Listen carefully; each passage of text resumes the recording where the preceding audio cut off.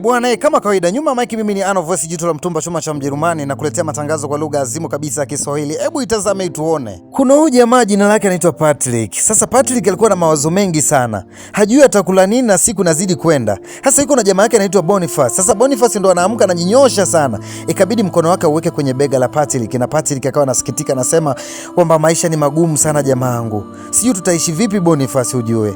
Sasa Patrick akawa anaongea sana, akamwambia nimekuamsha, hutaki twende tukatafuta kazi, ngoja mimi nikajihangaikie. Sasa kuna huyu dada anaitwa Vicky, anauza mahitaji ya nyumbani. Sasa Patrick akafika hapa akawa anajiongelesha, anakuja kwa bashasha sana, anasema dada, anaweza kupata viberiti?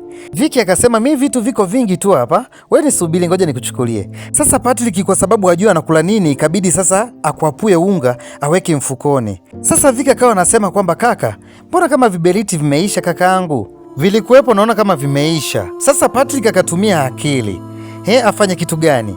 Akamwambia dada, basi nipe sukari, nitaendaga kuomba tu moto kwa jirani. Vika akasema hamna shida, kuhusiana sukari tu, mbona vipo hivyo vitu. Sasa Patrick akaona hii ndo mbinu. Sasa Viki wakati yupo kule ndani, Patrick akabeba unga, kabeba na karanga, kaweka mfukoni tena. Sasa Viki anasema kaka, na sukari kumbe ilikuwa imeisha kaka, ila baadaye nitaenda kujimua tena. Patrick akasema hamna shida dadangu, nitakuja ta baadaye.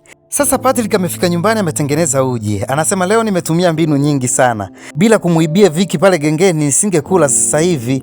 Yaani nimemnyosha Viki.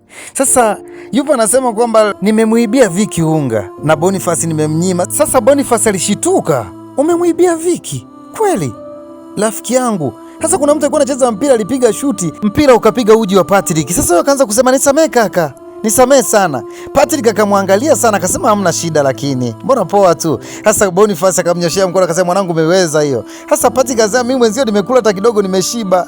Boniface alikata jicho, akaangalia, akasikitika tu, akasema Viki atakukuta, si unamjua. Lakini mara ghafla Viki amefika, akamkunja Patrick, akamwambia wewe, kumbe unapotoka pale umeniibia. Huyo dogo anasema mimi nimekuona kabisa, tena uliweka mfukoni.